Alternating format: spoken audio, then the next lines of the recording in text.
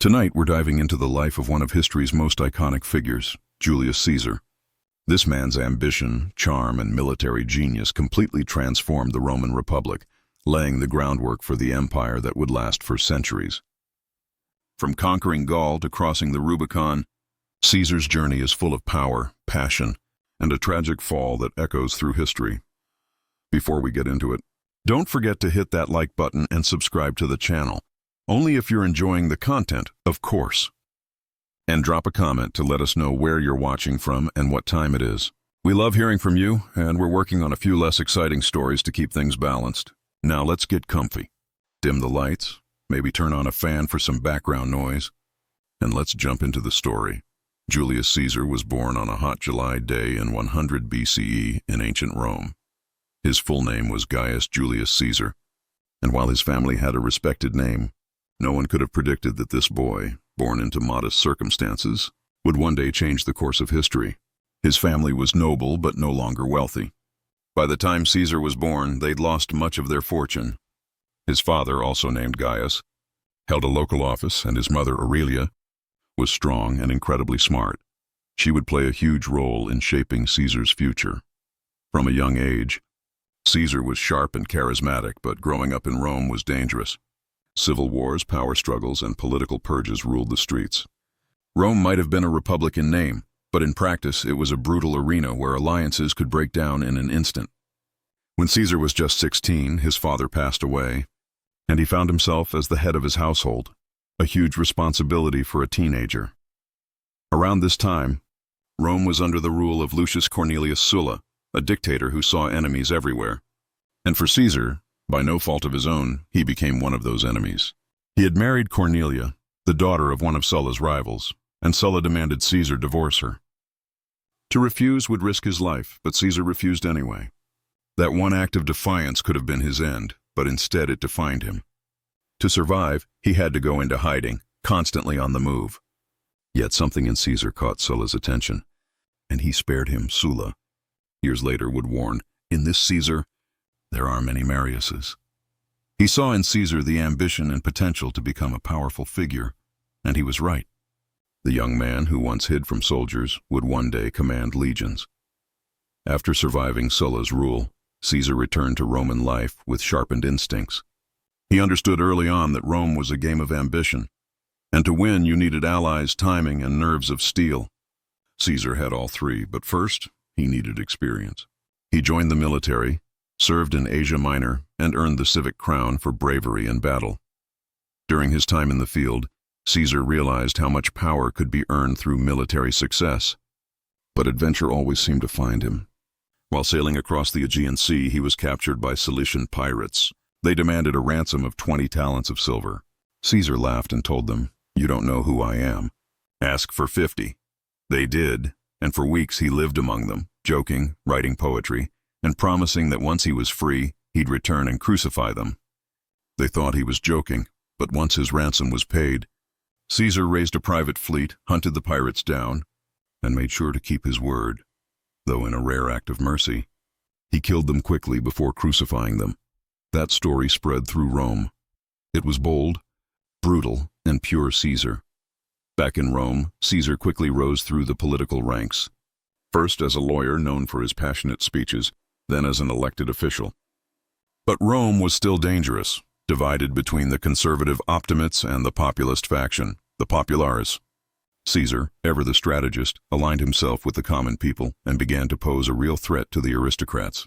He was gaining power and influence, and he wasn't afraid to use it. As Pontifex Maximus, the chief priest of Rome, he held immense influence, without even lifting a sword. But Caesar knew that eventually he would need to do more. Politics in Rome wasn't just about speeches. It was about image, timing, and control, and he was preparing for the day when he would make his move. By the late 60s BCE, Caesar had become a major force in Roman politics, but he wasn't alone. Rome was bursting at the seams, and powerful men like Pompey the Great and Crassus were vying for control. Caesar saw an opportunity to ally with them, creating the first triumvirate in 60 BCE. It wasn't an official body or legal partnership, but it was a strategic move that saw the three men supporting each other's ambitions. Caesar wanted the consulship, and with Pompey and Crassus backing him, he won. Once in office, Caesar wasted no time. He pushed through reforms, honored his deals with Pompey and Crassus, and bypassed the Senate by appealing directly to the public. But even that wasn't enough. In 58 BCE, Caesar was appointed governor of Gaul, a vast region filled with potential for both glory and wealth. Some saw it as a political afterthought, but Caesar saw it as his stage. With the support of his army, he would soon go from a rising politician to one of the greatest generals in history. Caesar's time in Gaul would transform him. It would make him a living legend, and for Rome, it would mark the beginning of the end. Julius Caesar couldn't return to Rome as just an ordinary man. If he did, the Senate would strip him of his command, maybe even prosecute him. So, once again, Caesar began to plan. His next move would decide the fate of Rome itself. By 50 BCE, Caesar stood at a crossroads, one that would echo through history. His conquest of Gaul had made him the most powerful man in Rome, but that power existed far from the city's walls. According to Roman law, a general had to give up command of his army before returning to Italy. If he did not, he would become just another citizen, vulnerable to arrest, prosecution, or worse. The Senate, now under the sway of Pompey, Caesar's former ally turned rival, ordered Caesar to disband his legions and return home. It wasn't a request. It was a trap. Caesar knew that if he returned without his army, he'd be politically ruined and possibly killed, so he made his choice. On a cold January evening in 49 BCE, Caesar stood beside a shallow river in northern Italy, the Rubicon. It was a legal boundary, and to cross it with an army was considered treason. But with one quiet step into the water, Caesar broke the law and sealed his fate. He is said to have whispered, "Alea iacta est," the die is cast. Rome trembled. News of the crossing spread like wildfire, and panic gripped the city. Senators fled. Pompey, the great general once thought invincible, left without a fight. Caesar marched south, not as a conqueror, but as a liberator. At least that's how he framed it. But this wasn't a peaceful transition. It marked the beginning of a civil war. Over the next year, Caesar moved quickly, securing Italy, marching into Spain, and defeating Pompey's forces there. Then he crossed the sea to Greece to face Pompey himself. The two armies clashed at Pharsalus in 48 BCE. Despite being outnumbered, Caesar's discipline and strategy won the day. Pompey fled once more, this time to Egypt, where he was murdered before Caesar could reach him. When Caesar arrived and saw Pompey's severed head, he is said to have wept. It wasn't the death he had wanted for his old ally, his rival, and once his son-in-law. Still, the war wasn't over.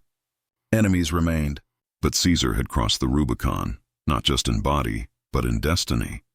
He could never go back to the old republic, and he had no intention of trying.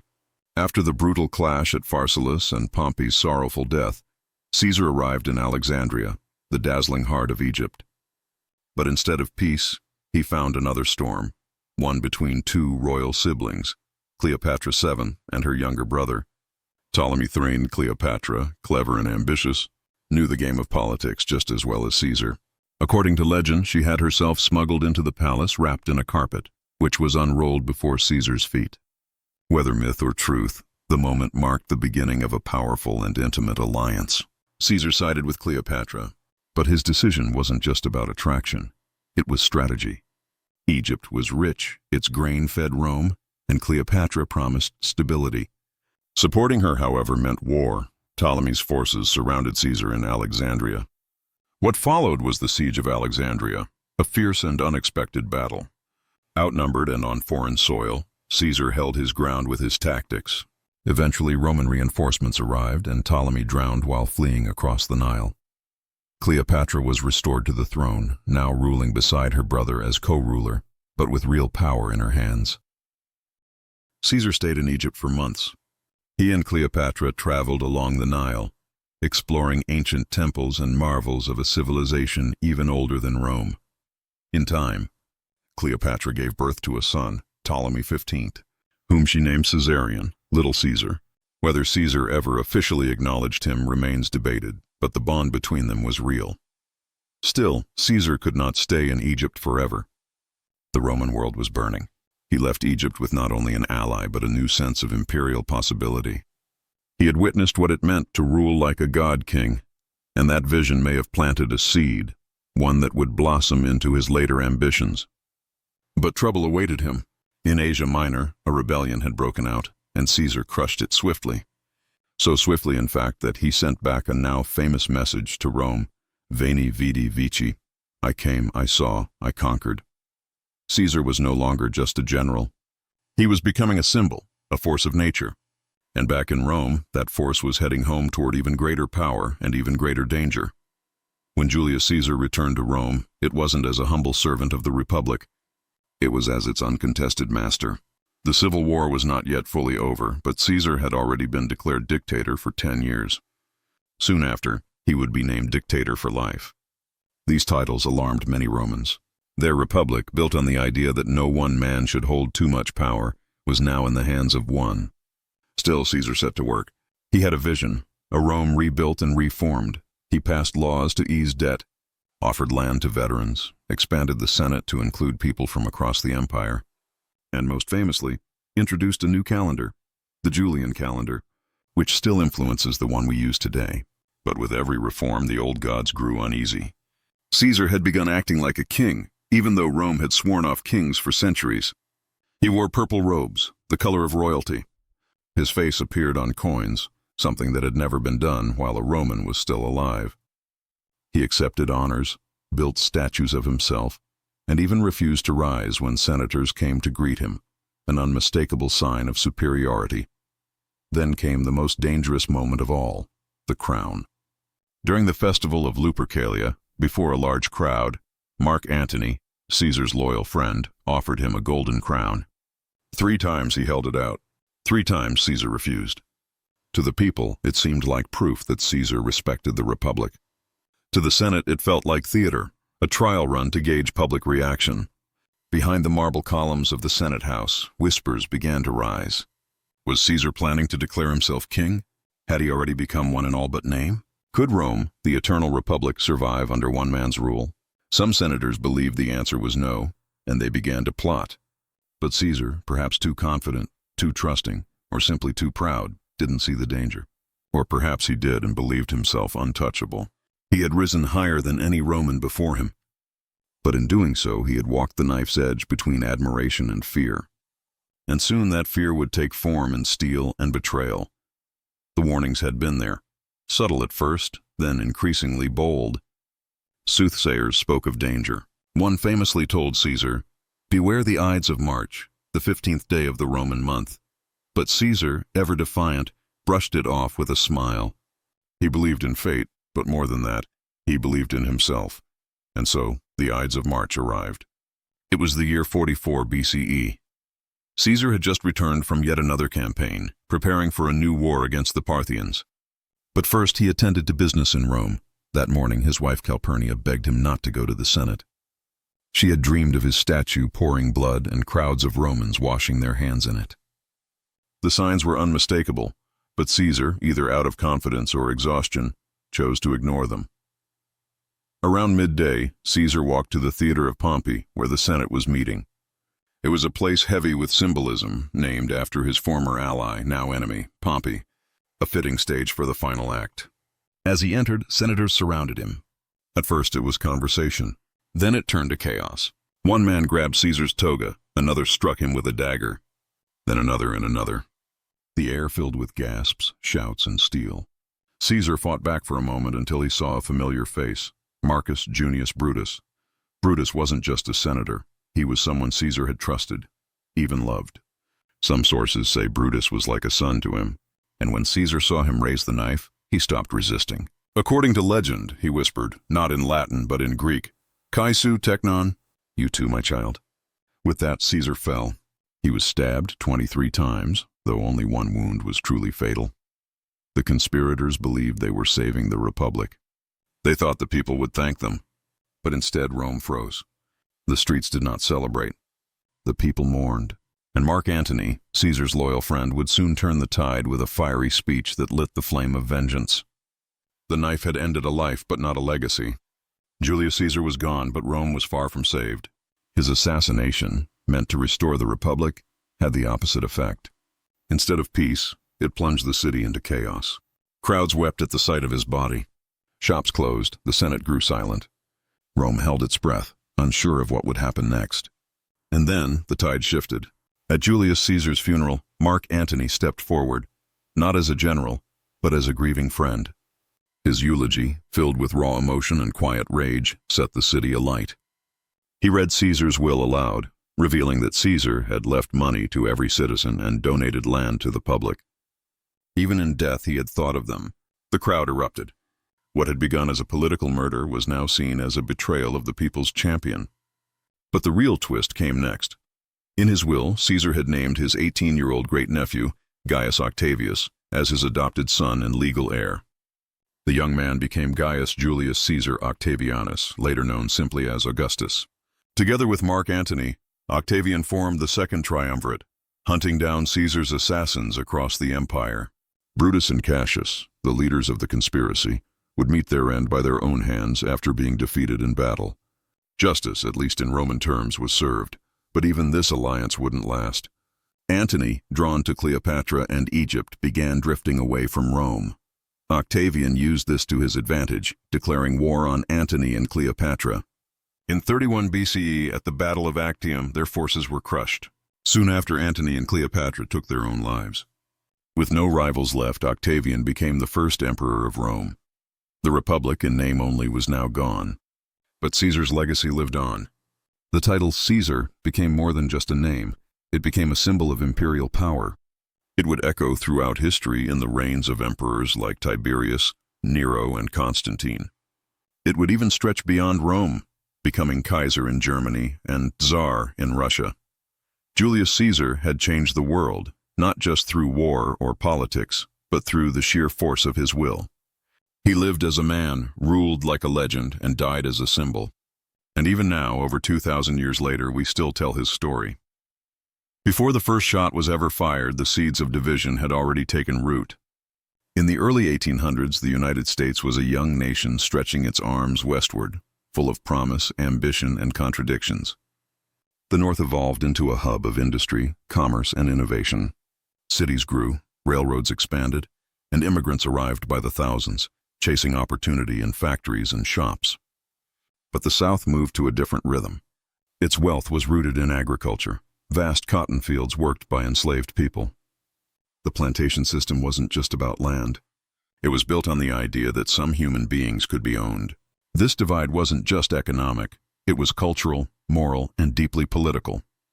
The North began to lean toward abolitionist thinking, calling slavery a sin that had to end.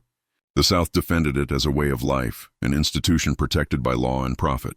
As new territories were added to the country, places like Kansas, Nebraska, Texas, and California, a burning question resurfaced. Would these new states allow slavery or ban it? Each new decision pulled the country further apart. Compromises were made, temporary fixes over a widening wound. The Missouri Compromise, the Compromise of 1850, and the Kansas-Nebraska Act tried to balance power between free and slave states, but none of them addressed the root conflict. In 1854, violence broke out in Kansas as pro-slavery and anti-slavery settlers clashed.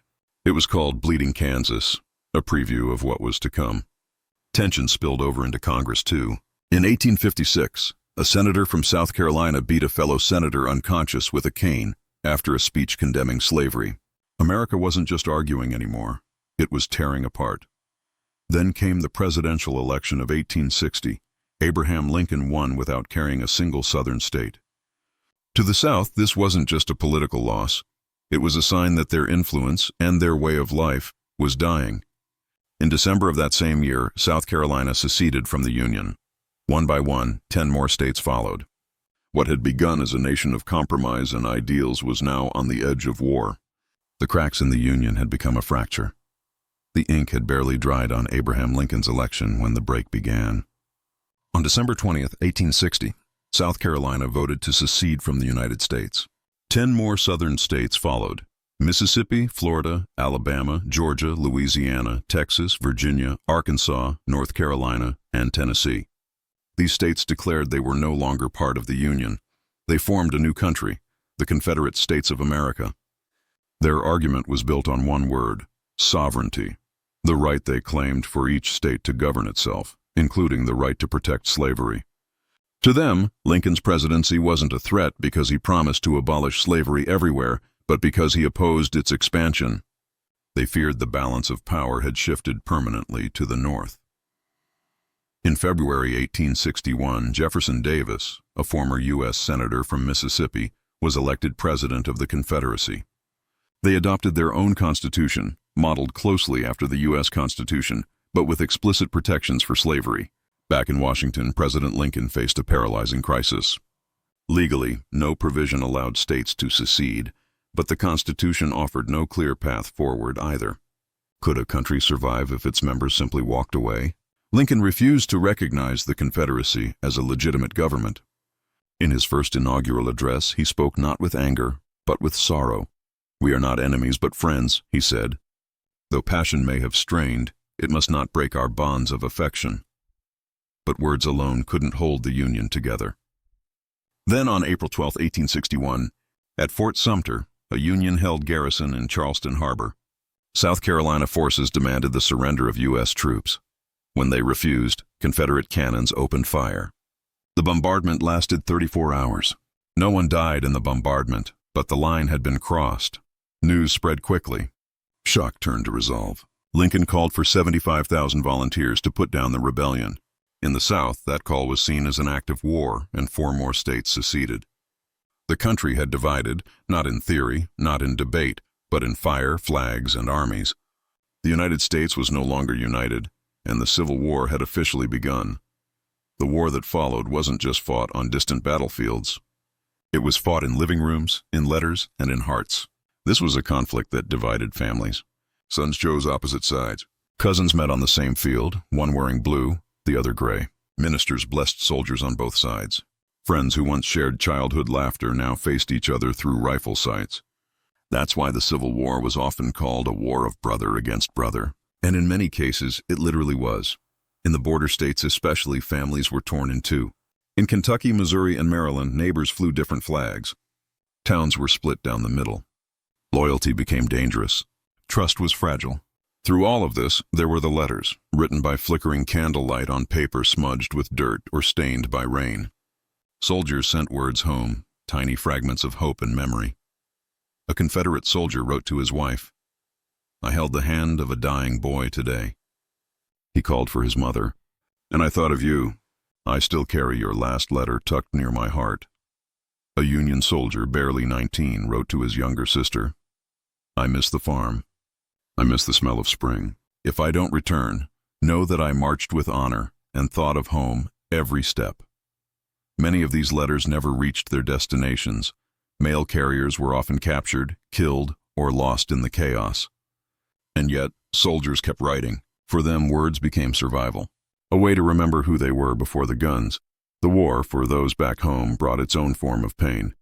Women waited by windows, on porches, and in fields, watching for a loved one to return. Children grew up without fathers, while parents opened letters with trembling hands, fearful of the news they might carry. Every knock on the door brought either relief or ruin, and all the while the war machine pressed on.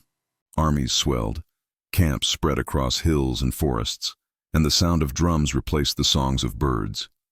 This wasn't just a battle between governments, it was a tearing apart of human bonds. And still, the worst was yet to come. At first, many believed the war would be short. Some thought it would only last a few weeks, maybe one decisive battle, then peace. Young men rushed to enlist, eager for glory. Spectators even brought picnic baskets to the first major battle, expecting it to be nothing more than a grand show. But they were wrong. The First Battle of Bull Run, fought in July 1861 near Manassas, Virginia, shattered all illusions. Union and Confederate forces clashed in a chaotic, brutal fight that ended with Union troops retreating in disarray. It became clear that this war would not be quick or clean. It was also on this day that the name Stonewall Jackson was born. The Confederate general earned the nickname as he stood firm, rallying his men in the face of overwhelming odds. His name would become legend. But for every moment of heroism, there were hundreds of moments of terror. Bodies lined the fields. Men cried out for water, for home, for mercy. Then came Wilson's Creek, Ball's Bluff, Fort Donelson, and Shiloh. Each battle brought more blood, more names etched into history and into headstones. At Shiloh in the spring of 1862, over 23,000 men were killed or wounded in just 2 days. The ground turned to mud soaked by rain and blood. Soldiers lay among shattered trees and broken cannons, many too wounded to cry. General Ulysses S. Grant, leading the Union forces, was shaken by the carnage. He wrote, "I gave up all idea of saving the Union except by complete conquest. The war was no longer about defense or a quick victory. It had become a slow, merciless struggle, a grind to outlast the other side." Meanwhile, in the background, technology advanced. Railroads moved troops faster than ever. The telegraph delivered battlefield news in near real time. Rifled muskets and ironclad ships changed the way war was fought, ushering in the first taste of industrial warfare. But through all the tactics and inventions, it was still fought by men, ordinary, frightened, brave men, who marched through fog and forests, uncertain if they would ever march back. As 1862 faded into 1863, the war had consumed thousands of lives and scarred hundreds of towns. Yet the fighting continued. Both sides still believed they could win. By the fall of 1862, the war had reached a fever pitch. Confederate General Robert E. Lee, confident after victories in the South, made a daring move. He took the fight into Union territory, crossing into Maryland. His goal was to secure a victory on Union soil, one that could sway international support toward the Confederacy and perhaps bring the war to an end. But Union General George McClellan intercepted Lee's plans, and the two armies met near a quiet stream called Antietam Creek, just outside Sharpsburg, Maryland. On September 17, 1862, the fields of Antietam turned red. At dawn, Union forces attacked the Confederate left flank. The battle moved from cornfields to sunken roads, from stone bridges to open hills. Musket smoke clouded the sky, and soldiers fired blindly through the fog of war. Entire regiments were cut down in minutes. At the Bloody Lane, a sunken farm road, thousands of men died in hand-to-hand combat. The road, once used by wagons and farmers, became a trench of bodies. By midday, the creek's stone bridge became another flashpoint. Union soldiers charged again and again, only to fall back under heavy Confederate fire. Eventually, they crossed, but at an unbearable cost. By nightfall, the guns fell silent. In just 12 hours, over 22,000 soldiers were killed, wounded, or missing. It was the bloodiest single day in American history. No ground was truly gained, no army decisively won. But Lee retreated, and the Union claimed it as a victory. President Abraham Lincoln had been waiting for this moment. With the Confederates pushed back, he released the preliminary Emancipation Proclamation. It declared that as of January 1, 1863, all enslaved people in rebelling states would be free. The war was no longer just about preserving the Union. It was now about freedom. Europe watched closely. Any chance of Britain or France supporting the Confederacy began to fade. Lincoln's proclamation reframed the conflict and added moral weight to the Union cause. Compromises were made, temporary fixes over a widening wound. The Missouri Compromise, the Compromise of 1850, and the Kansas-Nebraska Act tried to balance power between free and slave states, but none of them addressed the root conflict. In 1854, violence broke out in Kansas as pro-slavery and anti-slavery settlers clashed. It was called Bleeding Kansas, a preview of what was to come.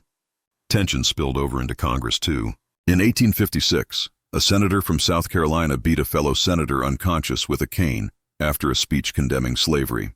America wasn't just arguing anymore. It was tearing apart. Then came the presidential election of 1860. Abraham Lincoln won without carrying a single Southern state. To the South, this wasn't just a political loss. It was a sign that their influence and their way of life was dying. In December of that same year, South Carolina seceded from the Union. One by one, 10 more states followed. What had begun as a nation of compromise and ideals was now on the edge of war. The cracks in the Union had become a fracture. The ink had barely dried on Abraham Lincoln's election when the break began.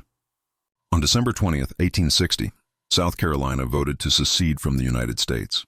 10 more southern states followed: Mississippi, Florida, Alabama, Georgia, Louisiana, Texas, Virginia, Arkansas, North Carolina, and Tennessee.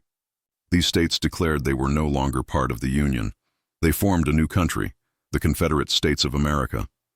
Their argument was built on one word: sovereignty, the right they claimed for each state to govern itself. including the right to protect slavery.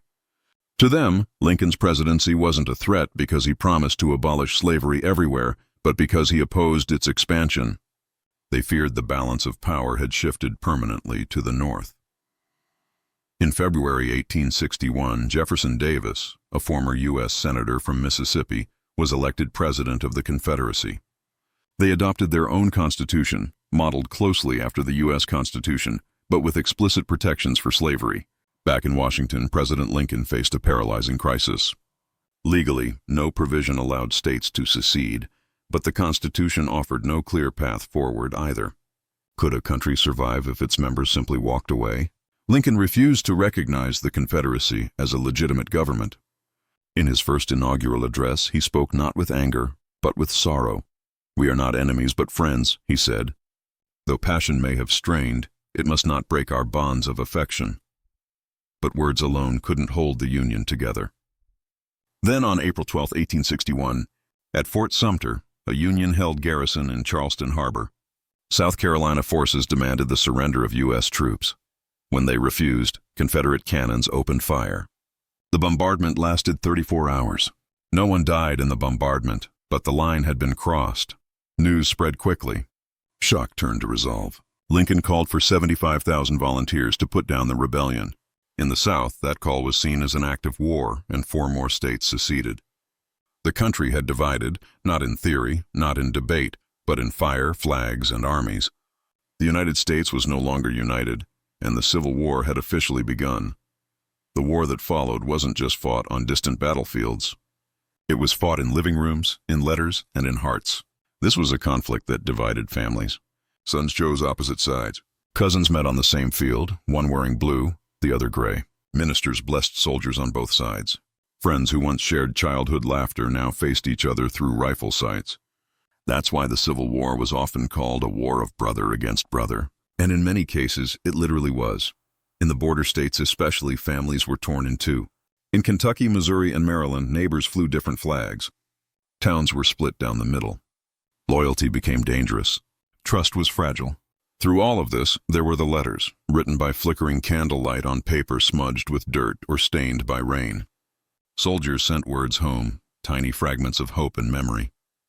A Confederate soldier wrote to his wife, "I held the hand of a dying boy today."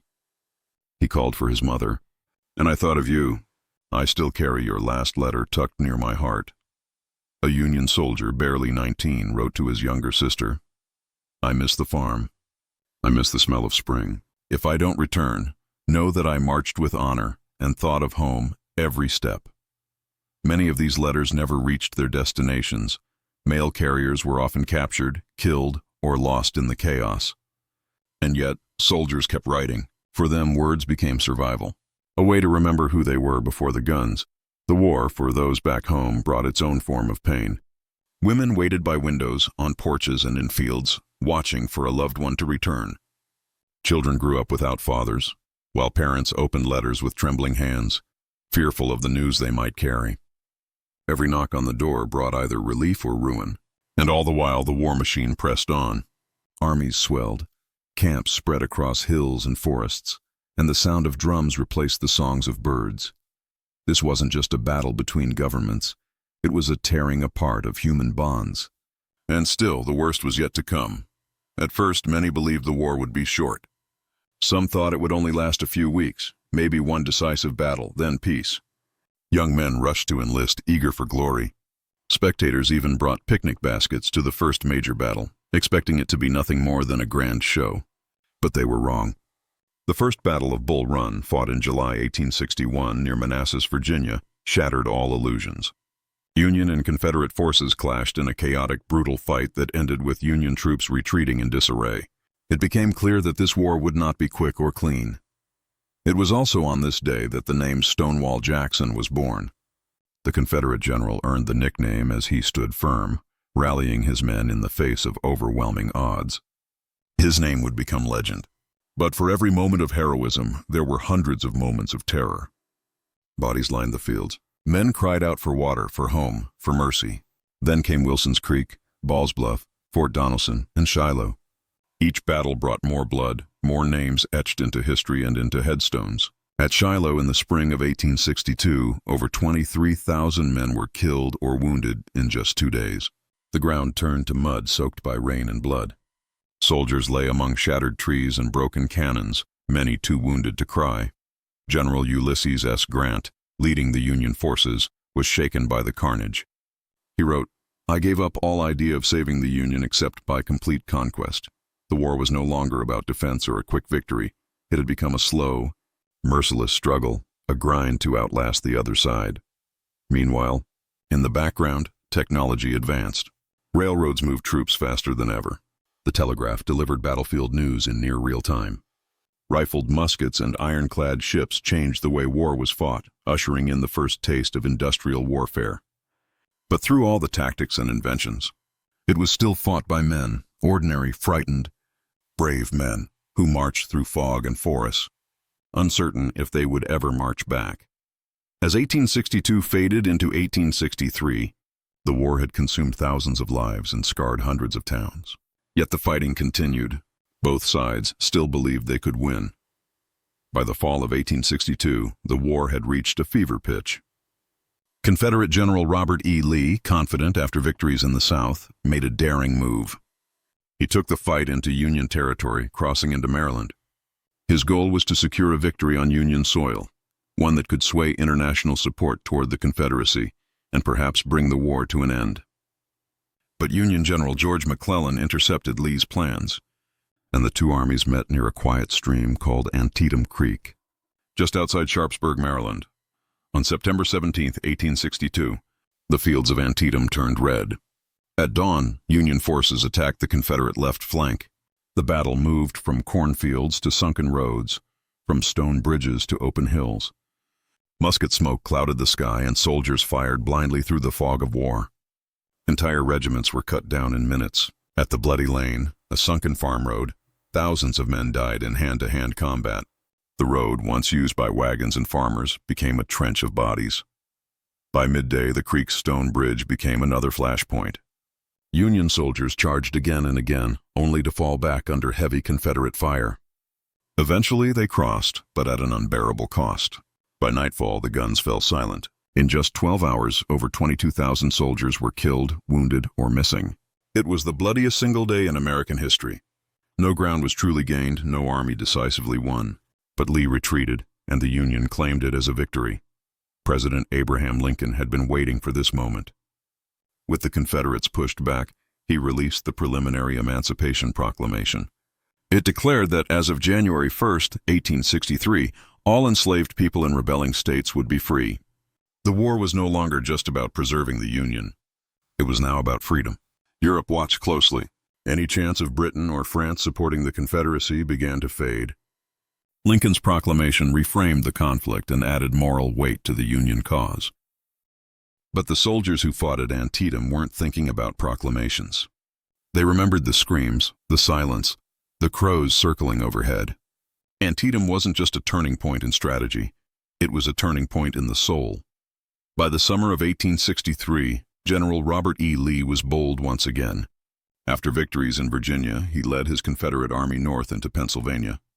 His goal was simple: bring the war into Union territory, shake the North's will to fight, and force a political solution. But the Union Army, now under General George Meade, followed closely behind. They met near a small town called Gettysburg. On July 1, 1863, Confederate troops clashed with Union forces just northwest of the town. The battle began almost by accident, but it would grow into the largest engagement ever fought on American soil. By the second day, both sides had dug in. Union soldiers held the high ground along Cemetery Ridge, while Confederates launched fierce assaults on the flanks at places like Little Round Top, Devil's Den, and the Wheat Field.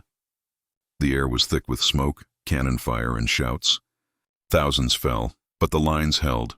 Then came July 3rd, and Lee's fateful gamble. He ordered Pickett's charge, sending 15,000 men across open fields toward the Union center. They marched shoulder to shoulder into a hailstorm of artillery and rifle fire. The charge was brave, but it was doomed. Few reached the Union line, and most never made it halfway. The Confederate army, battered and broken, began to retreat. Lee had lost over 28,000 men, a third of his army. The North had suffered as well, with 23,000 casualties, but they had held the line. Gettysburg marked a turning point. The Confederate advance into the North was over, and Lee would never again invade Union territory. After years of bloody stalemate, the momentum had finally shifted. A few months later, President Lincoln traveled to the battlefield to dedicate a national cemetery. His speech, though only 2 minutes long, carried the weight of the entire war. "That government of the people, by the people, for the people shall not perish from the earth," he declared. It became known as the Gettysburg Address, a quiet yet powerful reminder of what was at stake. The fields of Gettysburg grew silent again. The fallen were buried and the survivors marched on, but the war was far from over. The cost was still rising. By late 1863, the war had transformed into a long, grinding struggle, no longer about swift victories or grand strategies. Instead, it was measured in lives lost, every battle taking something that could never be replaced. In battles like Chickamauga, Vicksburg, Chancellorsville, and the Wilderness, the fighting was relentless. Dense forests caught fire from cannon blasts, trapping wounded men in the flames. Rivers ran red, and fields once used for planting crops became cemeteries. Soldiers wrote home describing horrors they couldn't fully explain. One soldier wrote, "I have seen things that will follow me to my grave." Another shared, "I don't sleep much anymore, not because of fear, but because of memory." The Union's campaign in the West, led by General Ulysses S. Grant, focused on total war, wearing down the Confederacy through constant pressure and overwhelming numbers. Grant earned a reputation as a butcher by some, but Lincoln saw something others didn't. Grant wasn't just fighting to survive. He was fighting to win. Meanwhile, in the South, resources were dwindling. Towns were raided, railroads destroyed, fields burned, and families starved. The war was no longer just fought by armies. It was felt by every civilian. And still, letters traveled back and forth. A young Union soldier wrote to his mother, "I miss the sound of the wind in the wheat. Here, there is only smoke and silence after the fighting." From the South, a woman wrote in her diary, "My youngest hasn't had shoes in months. I trade salt for flour. We hear the cannons at night." Both sides believed they were right. Both believed they had no choice. Yet the cost was staggering. By the end of 1863, the death toll had surpassed 300,000. 500,000 more were wounded, many carrying lifelong scars, both physical and emotional. Doctors worked with saws, not medicine. Amputation was often the only option. There were no antibiotics, no real anesthesia, and no peace of mind. Cemeteries filled faster than they could be named. And still, the war went on because neither side was willing to give up. Not yet. In that refusal, the nation bled. By early 1865, the war was nearing its end, but its grip had not loosened. The Confederacy was collapsing slowly and painfully. Its economy was in ruins, railroads were twisted and burned, and cities were emptying. Supplies were running out. Still, Confederate soldiers fought, many shoeless, hungry, and exhausted, clinging to a cause that was slipping through their fingers. Meanwhile, Union General William Tecumseh Sherman marched through the South, not just fighting armies, but destroying the infrastructure that supported them. In his march to the sea, he burned crops, tore up railroads, and left behind a trail of ashes from Atlanta to Savannah. It was war made total, designed to break the South's will. In Virginia, General Ulysses S. Grant pressed relentlessly against General Robert E. Lee. For months, Grant laid siege to Petersburg, cutting off the last lifelines to the Confederate capital of Richmond. Lee's forces were surrounded, outnumbered, and starving. Finally, in April 1865, the defenses crumbled. On April 2nd, Richmond fell. Confederate government officials fled.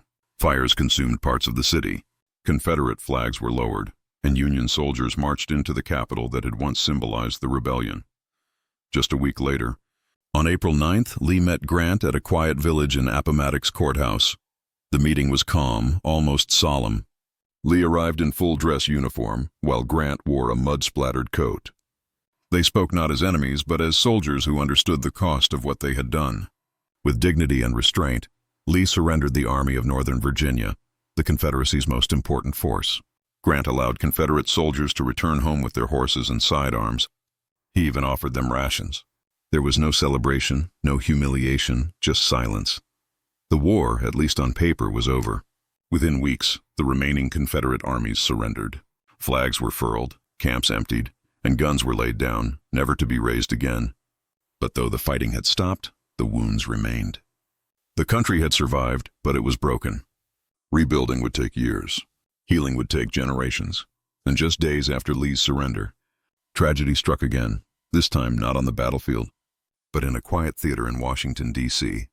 The cannons had gone silent, the uniforms folded away, and the war was over. But the wounds of the Civil War didn't heal with surrender. Just 5 days after Lee's capitulation at Appomattox, President Abraham Lincoln was assassinated at Ford's Theater by John Wilkes Booth, a Confederate sympathizer. The shot echoed across the nation, not just the end of a man, but of a symbol of hope and reconciliation. Lincoln had called for a gentle peace, a rebuilding with malice toward none, with charity for all.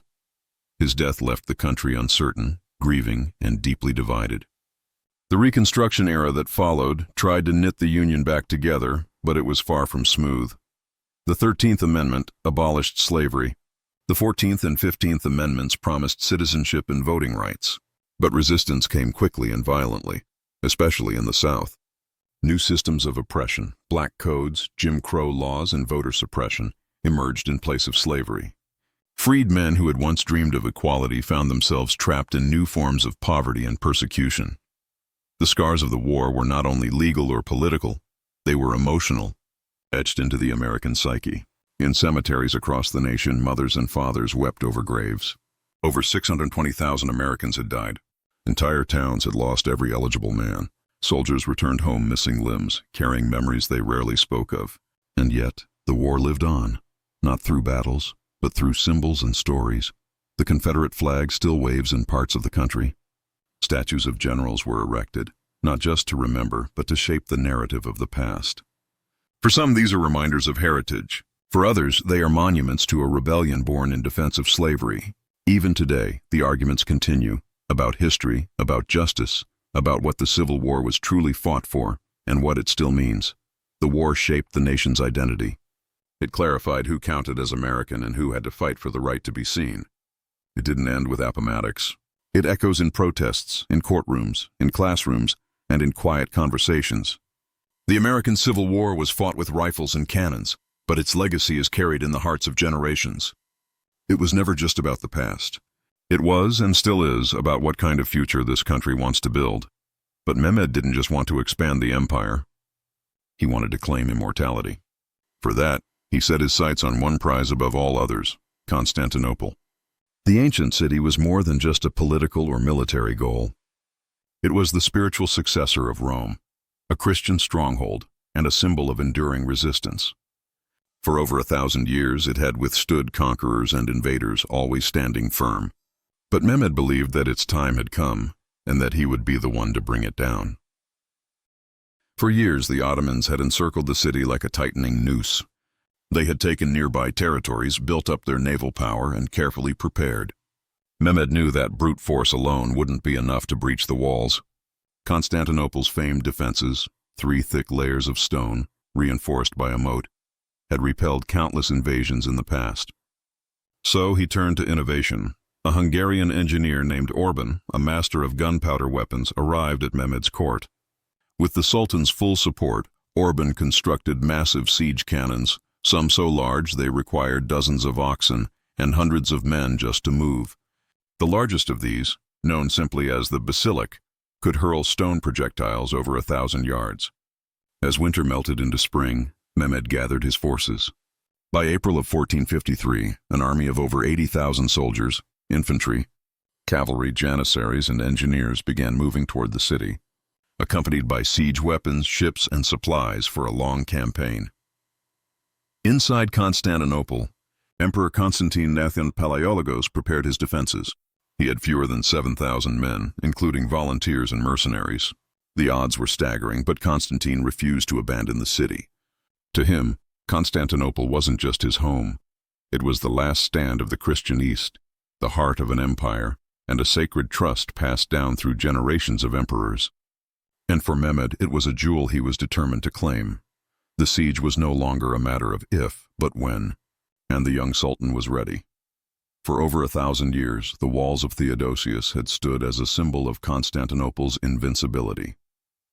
Originally constructed in the 5th century under Emperor Theodosius II, these legendary fortifications encircled the city like a stone shield.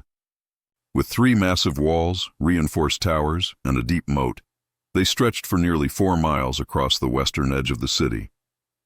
Generations of invaders, Persians, Avars, Arabs, Rus, and even the Crusaders, had tried and failed to breach them. And now, in 1453, these walls would face their final test. When Mehmed's army arrived outside the gates of Constantinople in early April, he ordered his men to set up a massive siege encampment. Tents spread across the rolling hills like a sea of color. Siege towers, trenches, and cannons were positioned within striking distance of the land walls. Then the bombardment began. Mehmed's enormous basilic cannon unleashed thunderous blasts, firing stone balls that slammed into the walls with terrifying force. Day after day, the earth shook beneath the defenders' feet. Stone cracked. Dust filled the air. Still, the walls held. Inside the city, Emperor Constantine and his defenders worked tirelessly, repairing breaches by night, redistributing men across the battlements, and reinforcing weak points with rubble and wood. They had no choice but to endure. The walls had always been Constantinople's greatest defense, but now they were being systematically dismantled by gunpowder, a weapon of the new age. At the same time, the seawalls along the Golden Horn remained secure, protected by a massive iron chain stretching across the harbor. Behind it sat the city's small Byzantine fleet, supported by a few allied Genoese ships. As long as the harbor was closed, a naval assault seemed impossible. But Mehmed, ever the strategist, calculated, planned, and understood that in order to take Constantinople, he had to break its spine, the legendary walls. And if the land approach couldn't bring a swift victory, he would find another way in. The siege dragged on, and the defenders, outnumbered and isolated, began to wonder how much longer they could hold. Despite weeks of bombardment, the morale inside the city remained high, even as the odds grew darker. The land walls were damaged but not breached. The Golden Horn, the city's protected northern harbor, remained closed, sealed by the heavy iron chain across its entrance. Behind that chain floated the last hope of the Byzantines, a small defensive fleet and a few vital Genoese ships. As long as the Golden Horn remained secure, the city couldn't be completely surrounded. But Mehmed had no intention of waiting forever. Then came one of the most brilliant and audacious moves in siege warfare. On the night of April 21st, 1453, under cover of darkness, the Ottomans began to move their ships overland. Using greased wooden logs as rollers, engineers and laborers hauled dozens of warships out of the Bosphorus, over the hills behind Galata, and into the calm waters of the Golden Horn, completely bypassing the chain. It was an impossible sight. By morning, the citizens of Constantinople looked out from their walls and saw something they could hardly believe. Ottoman warships had appeared inside their supposedly impenetrable harbor. Panic spread like wildfire. Now the city was surrounded on all sides, by land and by sea. The defenders had to divide their already thin forces to cover the new naval threat. Cannon fire came from every direction. Arrows and flaming bolts lit up the sky. Constantinople was no longer facing a siege. It was facing total encirclement. Inside the city, Emperor Constantine ordered desperate countermeasures. Ships rushed to defend the harbor. Fire ships were launched to try and burn the Ottoman vessels, and the chains were reinforced. But the damage had already been done, not just tactically but psychologically. Mehmed's bold maneuver had shattered the defenders' sense of security. The message was clear: nowhere was safe. The city's famed walls still stood, but Constantinople's isolation had become complete. As the pressure mounted, the siege entered its final, most desperate phase. In the heart of a crumbling empire stood a man who refused to yield. Constantine the Fiend's Palaiologos, the last emperor of Byzantium, was not a ruler of grand palaces or vast armies. He commanded a dying empire, a city more than just a nation. Yet, in the twilight of Rome's 1,000-year legacy, he stood with quiet resolve. He was not surrounded by luxury, but by ruin. Much of Constantinople lay abandoned. The city that had once been the jewel of Christendom was now facing its final hour. The imperial treasury was nearly empty. Constantinople's last possessions had been pawned for weapons, food, and soldiers. Yet Emperor Constantine ruled not with gold, but with dignity and unwavering loyalty. Day after day he walked among the people, dined with soldiers, prayed with priests, and led not from a throne, but from the very battlements. As the siege intensified, desperation grew. Constantine sent urgent messages to the west, begging for help from fellow Christian kingdoms. A few ships arrived, mostly from Genoa and Venice, brave volunteers who slipped past Ottoman blockades to join the defense. But the great armies of Europe never came. Political divisions, old grudges, and the distance to Constantinople dulled the West's response. Still, the emperor did not lose hope.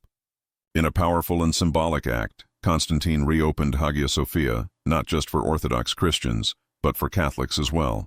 For the first time in centuries, the divided branches of Christianity worshipped together inside the great cathedral. Bitter theological debates were set aside. In the face of extinction, unity mattered more than doctrine. Under the vast golden dome of Hagia Sophia, they held a final divine liturgy.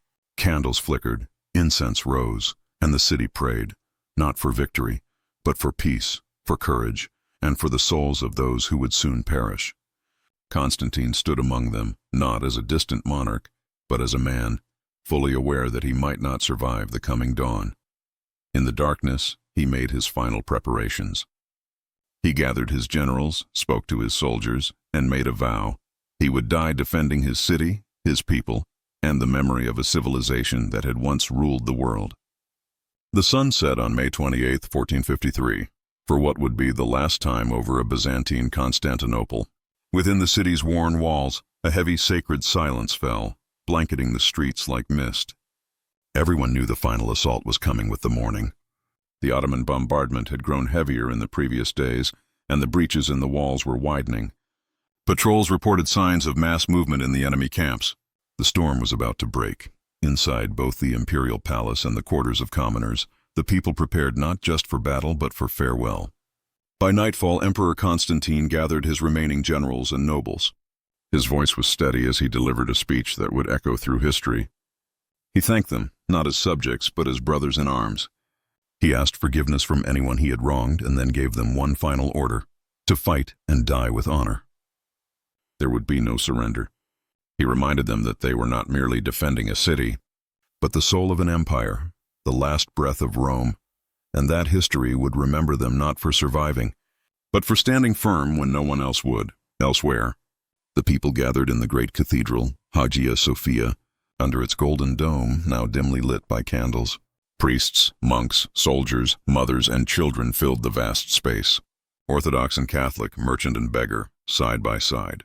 Voices rose in prayer not for deliverance but for strength. Some wept, others stared in silence, and a few smiled through their tears, holding loved ones close. Outside the walls, the Ottoman camp was alive with energy. Fires burned in long rows, drums beat a steady, ominous rhythm, and soldiers sharpened blades.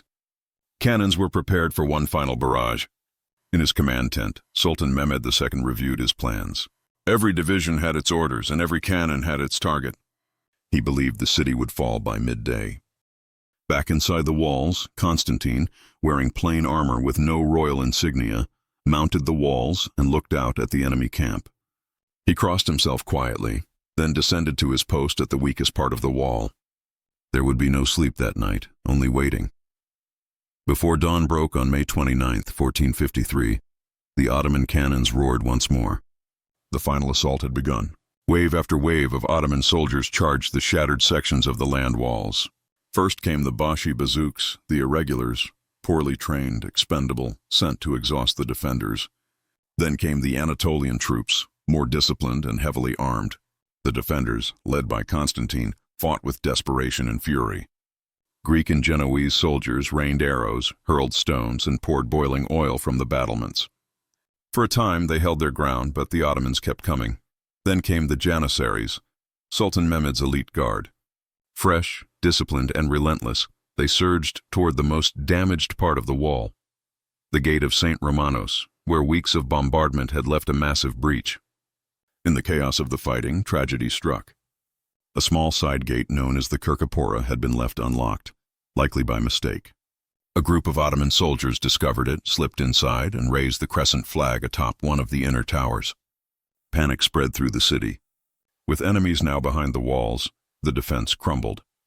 Emperor Constantine, refusing to flee, removed his imperial regalia and joined the melee as a common soldier. According to legend, his final words were, "The city is lost, but I live." He charged into the fray and was never seen again. As the Ottomans poured through the breaches, the defenders broke ranks. Some fought to the death while others retreated toward the harbors or sought refuge in churches. Blood ran in the streets and the cries of the wounded echoed off the ancient stones. By midday, the last resistance had been crushed. The city that had withstood centuries of siege had finally fallen.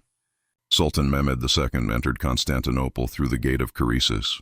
His soldiers lined the streets, cheering, but the Sultan remained silent, gazing upon the city with solemn pride. He had done what no one before him could. The city was his. After 1,123 years, the last great outpost of the Roman Empire, the Second Rome, had fallen. The ancient world had drawn its final breath. As the Ottoman flag rose above Constantinople, the ancient city descended into chaos. For 3 days, according to the custom of conquest, the victorious Ottoman soldiers were given free rein. The fall of the city was not just military, it was deeply human. Looting and plunder began almost immediately. Homes were ransacked, churches were pillaged, and ancient relics were torn from their resting places. The proud streets of Constantinople, once lined with mosaics, markets, and scholars, now echoed with screams. In the great cathedral of Hagia Sophia, hundreds of civilians had sought sanctuary. Mothers clutched their children and priests clung to icons. Many believed a divine miracle would protect them. But when the Ottoman soldiers arrived, the doors were forced open. The sacred marble floor was trampled. The golden dome, once glittering with centuries of faith, shook with the sound of weapons. Men were killed. Women and children were taken into slavery. The cross atop the cathedral was torn down. And yet, the church itself was spared from destruction. On the afternoon of May 29th, Sultan Mehmed II entered the city. He did not arrive with fire and fury, but rode solemnly through the broken gates and into the heart of the fallen empire. Upon reaching Hagia Sophia, he dismounted, walked inside, and stood beneath its towering dome in silence. He ordered the looting to stop. Then, in a symbolic gesture of conquest and transformation, he bowed toward Mecca and prayed. The sacred Christian cathedral would now become a mosque. Its walls would remain, but its purpose had changed. Mehmed was no ordinary conqueror. He was a man of vision and calculation. Though Constantinople had been claimed through war, he sought to rebuild it, not destroy it. He ordered the protection of surviving citizens, and within days, craftsmen, scholars, and administrators were brought in from across the empire to restore the city's function as a capital. The name Constantinople remained in use, but it slowly began to fade from everyday speech. The city was now part of something new, a bridge between East and West, between Islam and Christianity, between the ancient world and the modern one. The sack had ended, but a new era had begun. The fall of Constantinople in 1453 was more than just the loss of a city. It marked the end of an era. For over 1,000 years, Constantinople had been the beating heart of the Byzantine Empire, the final remnant of the Roman world. It had stood as a symbol of Christian power, Roman law, Greek learning, and imperial legacy. Its golden mosaics, libraries, and cathedrals represented the soul of a civilization that had outlived its Western twin by nearly a millennium. And now it was gone. The death of Constantine XV Palaiologos, the last Roman emperor, marked the closing of a lineage that traced back to Augustus Caesar. His disappearance in the final charge gave birth to legend. Some said he lived, spirited away to return one day and reclaim the city. But history had moved on. Under Sultan Mehmed II, Constantinople was reborn as Istanbul, the new capital of the Ottoman Empire. The city, scarred but not destroyed, began to pulse again with life. Mosques rose beside old churches. Markets thrived. Scholars, artists, and traders from across the Muslim world filled its streets. Mehmed embraced the legacy of the city he had conquered. He took the title Caesar of Rome, claiming not just territory but continuity. To him, the Ottoman sultans were heirs to the Roman emperors, the carriers of civilization. In the West, the fall of Constantinople sent shockwaves. Christian Europe, once complacent, was shaken awake. The Eastern Orthodox world, now without a capital, found itself adrift. Greek scholars, fleeing the city's fall, carried their manuscripts to Italy, where their arrival helped ignite the Renaissance. The city's fall also reshaped global trade. With land routes through the east under Ottoman control, European kingdoms began to search for sea routes, eventually leading to the age of exploration and the rise of powers like Spain, Portugal, and later Britain. But even centuries later, the memory of Constantinople lingers in its streets, where east meets west in its layered architecture, and in the name itself, whispered with reverence by historians, dreamers, and descendants of a fallen empire. It did not vanish. It transformed, from Christian Rome to Muslim Istanbul, from imperial capital to modern megacity. Constantinople lives on as a bridge between worlds, a city of memory, a name written in the stones of time. The samurai, much like the city of Constantinople, did not begin as noble heroes or romanticized warriors. They were born out of necessity, a response to chaos. In the 9th century, the imperial court in Kyoto began to lose control. Though the emperor still ruled in name, his reach no longer extended to the far edges of Japan. In the provinces, landowning nobles known as daimyo began acting as independent rulers. They collected taxes, governed villages, and, most importantly, hired armed men to protect their lands. These warriors, skilled with bow and sword, would eventually evolve into a class known as the samurai. At first, they were little more than private militias. But as the centuries passed, their role deepened, and they would come to define Japan's military culture. The samurai's story, much like Constantinople's, is one of transformation, survival, and adaptation to a changing world. From humble beginnings to legendary status, their legacy lives on as one of the most iconic and enduring symbols of feudal Japan. The samurai were not just fighters, they became defenders of order, enforcers of clan law, and symbols of authority in a land increasingly divided by civil strife. Japan was fracturing. Rival clans clashed for territory, and power often changed hands through bloodshed, not ballots. Out of this chaos, the samurai emerged, not just as tools of war, but as a class of their own. By the late Heian period, 794–1185, the samurai had become indispensable. They formed the backbone of military power, and their loyalty, once sworn to the emperor, shifted toward their clan leaders, the daimyo, and to each other. It was during this time that two great warrior families, the Taira and the Minamoto, rose to prominence. Their conflict led to the Genpei War, a brutal civil war that reshaped the nation and brought the first shogun to power. But even before the politics and titles, the samurai already held something far deeper, an identity. They trained relentlessly, not just in combat, but in mental discipline. They lived by unwritten codes of loyalty, restraint, and duty. Though their armor was lacquered and their swords razor-sharp, they often lived humbly, close to the land and far from the luxuries of the capital. This was not the age of fantasy, but the foundation of something enduring. What began as armed men on horseback was slowly becoming a way of life, and the world of feudal Japan would never be the same again. As the samurai rose in power, so did the need for something to guide them, not just in battle, but in life. Out of centuries of warfare, discipline, and tradition, a moral compass began to form. It was called Bushido, the way of the warrior. Bushido was never a single written doctrine. It was a living code, shaped by Buddhist calm, Confucian loyalty, and Shinto purity. It demanded more than just strength. It asked for character. At its core were 7 virtues: rectitude, courage, benevolence, respect, honesty, honor, and loyalty. To the samurai, these weren't ideals. They were obligations. A warrior had to act with justice, even when it was inconvenient. He had to be fearless in the face of death. He was expected to be generous to the weak, respectful to the wise, and brutally honest with himself. But above all, he had to be loyal to his lord, his family, and his name.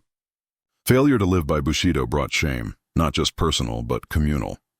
To die with honor was preferable to living in disgrace. This is why the practice of seppuku, ritual suicide, was so revered. If a samurai was captured, betrayed his lord, or committed a serious transgression, he could take his own life to cleanse his soul and restore his family's honor. It was a death with dignity, a final act of control in a world ruled by chaos. But Bushido wasn't all steel and sorrow. It also called for kindness, especially to the defenseless. A samurai was a protector of the people, not a tyrant.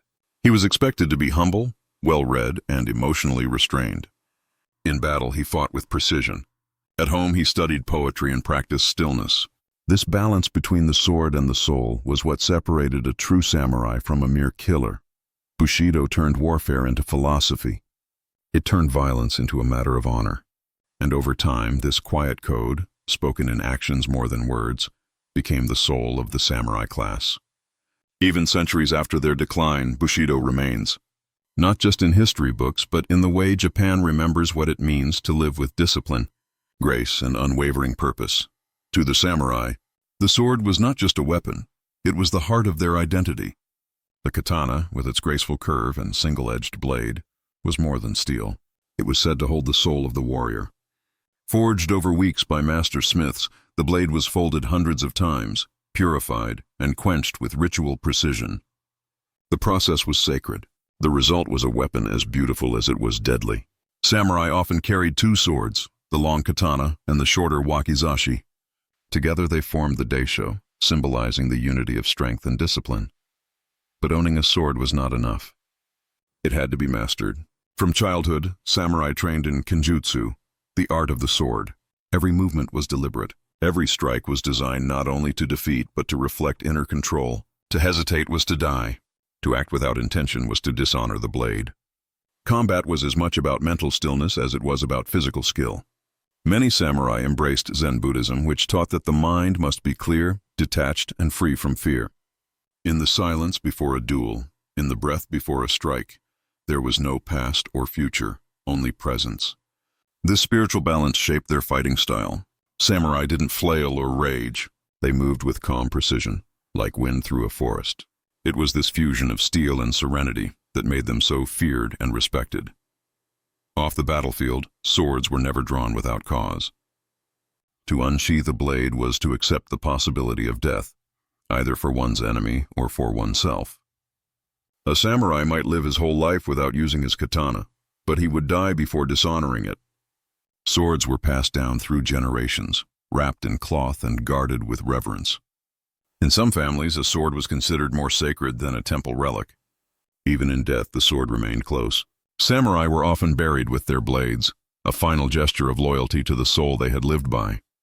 In the end, the sword was more than a tool of war. It was a mirror reflecting the discipline, humility, and spirit of the man who carried it. As Japan drifted further from the control of its imperial court, real power fell into the hands of those who could raise armies, not just with gold, but with loyalty and fear. Across the country, powerful families known as clans rose to prominence. These clans, each led by a daimyo, controlled vast stretches of land. Their banners flew high over valleys, mountains, and coastal strongholds. And beneath those banners served thousands of samurai. Among these rising families, two would shape the course of Japan's future, the Taira and the Minamoto. Their rivalry wasn't just personal, it was generational. Political marriages, betrayals, and shifting alliances fueled a growing fire.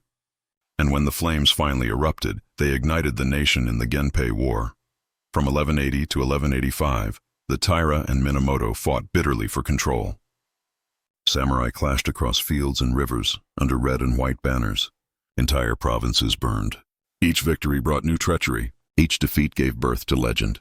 The final battle came at Dan Naura, a naval clash where the Minamoto dealt a crushing blow to the Taira. Their young emperor, only 6 years old, was drowned by his own grandmother to prevent his capture. With that, the Taira were gone. Victory gave rise to a new order. In 1192, the leader of the Minamoto clan, Minamoto no Yoritomo, was granted the title of shogun, military ruler of Japan.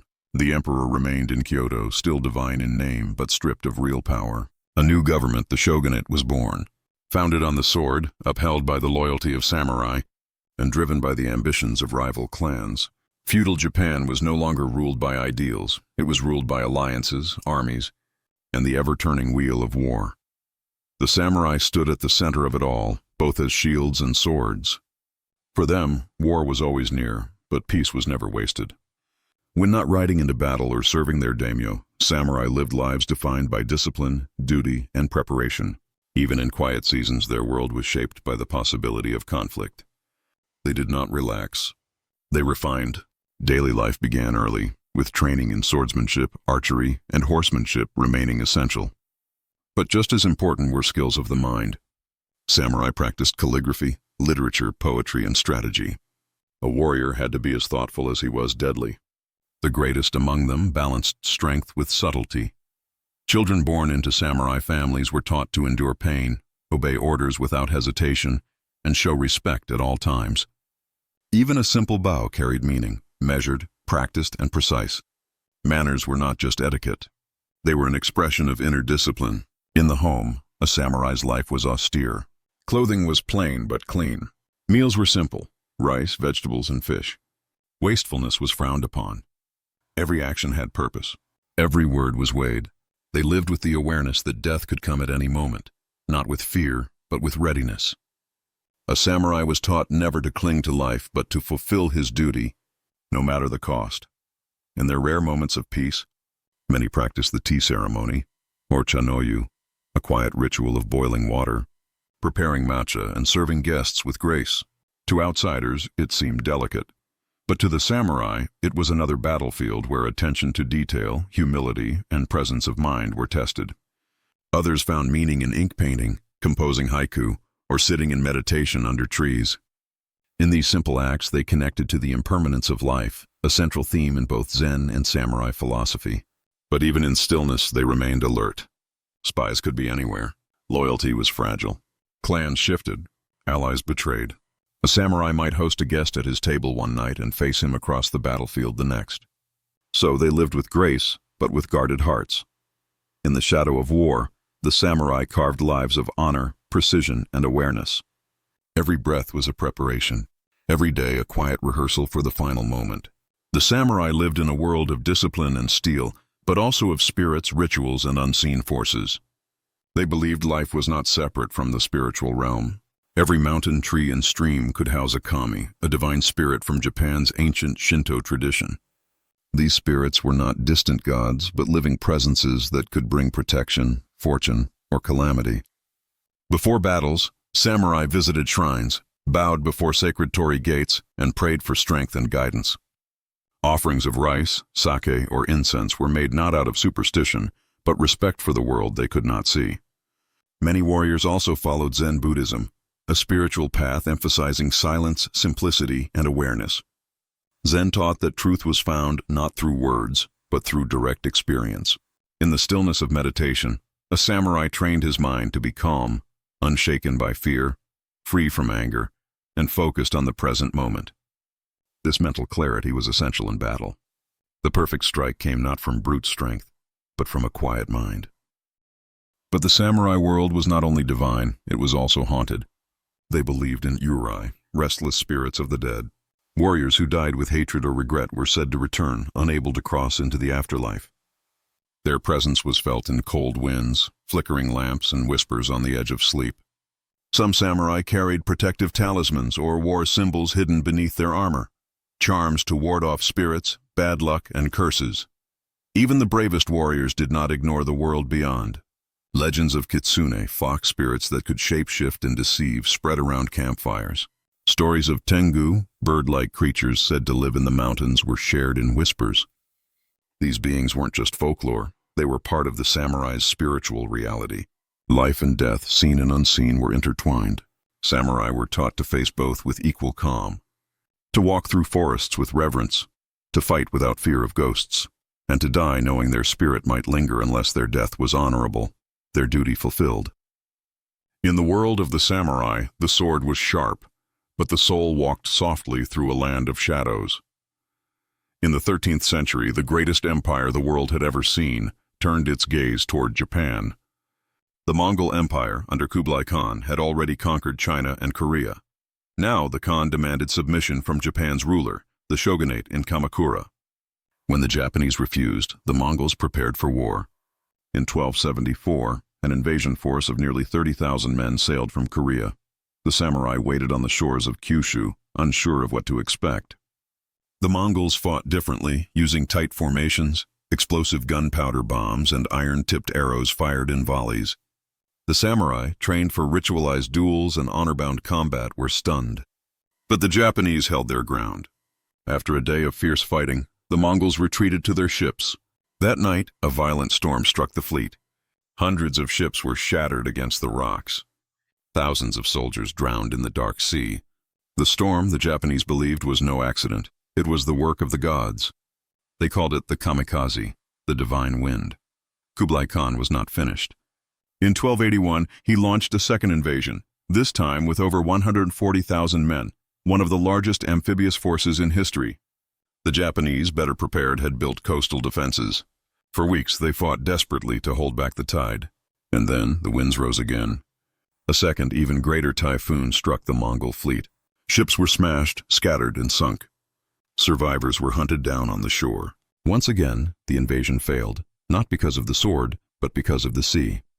To the samurai, it was more than luck. It was divine proof of their purpose, a sacred duty to protect Japan, not just with their weapons, but with their lives. The Mongol invasions left a deep mark on Japan. The cost of defense drained the shogunate's coffers, and samurai promised rewards received little. Resentment grew, and the seeds of future unrest were sown. Yet the legacy of the kamikaze endured. It became a symbol of protection, a spiritual shield for the land. A reminder that even against the greatest force on earth, Japan endured not just by sword, but by wind. For centuries, the samurai had lived by the sword, serving lords, shaping politics, and defending the honor of their clans. But even the strongest steel dulls over time. By the early 1600s, Japan entered a new era of peace under the Tokugawa shogunate. After generations of war and instability, the country was unified once more. The capital moved to Edo, now Tokyo. The daimyo were brought under strict control, and with peace, the samurai's purpose began to shift. No longer called to battle, many samurai became bureaucrats, administrators, and scholars. They still wore their swords and kept their rank, but their lives were increasingly filled with scrolls instead of skirmishes. For some, this was a welcome change. They studied literature, refined the tea ceremony, and helped govern a nation rising in stability and culture. But for others, the absence of war was a quiet torment. A warrior without battle, a blade without an enemy. Their code, Bushido, remained, but the world around it was changing. In the mid-19th century, everything shifted again. Commodore Perry arrived from America in 1853, demanding Japan open its ports to trade. The Tokugawa government, unable to resist Western pressure, signed unequal treaties. Dissatisfaction spread. The emperor, long a symbolic figure, began to reclaim real power. In 1868, the Meiji Restoration began. The emperor was restored, the shogunate abolished, and with it, the samurai class was dismantled. New laws stripped them of their privileges. The right to carry swords in public was banned. Their stipends disappeared. Many were forced to find new lives as teachers, merchants, or military officers in a modernizing army. Some accepted the change. Others resisted, fighting in brief rebellions, including the famous Satsuma Rebellion of 1877, led by Saigo Takamori, one of the last great samurai. It ended in defeat, marking the final stand of the old warrior class. The samurai as a social class had fallen, but their spirit was not gone. Their values, discipline, loyalty, and self-sacrifice remained woven into the fabric of modern Japan. Even in defeat, they were transformed, reborn into something timeless, not bound by armor or rank, but remembered in silence and carried forward in spirit. The age of the samurai is gone. Their castles have fallen silent. Their swords rest behind glass. Their banners no longer fly in the wind, and yet their presence has never truly left Japan. In every bow of respect, in every cup of tea served with care, in every act of quiet discipline, you can still feel the echo of the samurai spirit. Their values did not die with the end of their class. Instead, they flowed into the veins of modern Japan. Loyalty to purpose, dedication to mastery, and honor in action. The essence of Bushido lives on in the way students study, artists create, and craftsmanship is performed with precision. Their stories became legend. Writers and poets kept their memory alive. Painters and woodblock artists captured their elegance and resolve. In the 20th century, filmmakers like Akira Kurosawa turned their lives into timeless cinema, bringing to the world the silent intensity of Ronin, the lonely roads of exiled warriors, and the beauty of a sword drawn only when needed. Even in modern martial arts, kendo, aikido, judo, the rituals remain. Bows before combat, clean movements, mutual respect. Every kata, every step, is a tribute to those who lived by the sword and spirit. Globally, the samurai became a symbol of restraint and power, of discipline without cruelty, of grace under pressure. In a world that often moves too fast, the image of a lone samurai beneath cherry blossoms reminds us to slow down, to move with purpose, and to hold ourselves with quiet dignity. They were not perfect. Like all warriors, they lived in times of violence and contradiction. But within their lives lay something universal, a search for meaning through mastery, through loyalty, through self-control. That's why they remain with us, not in armor or rank, but in principle. They are shadows cast not in darkness, but in memory, soft reminders of a time when a single man with a sword at his side and a code in his heart could shape the world around him. The samurai are gone, but their spirit still walks the mountain paths, bows before the shrine, and lingers in the stillness before the storm.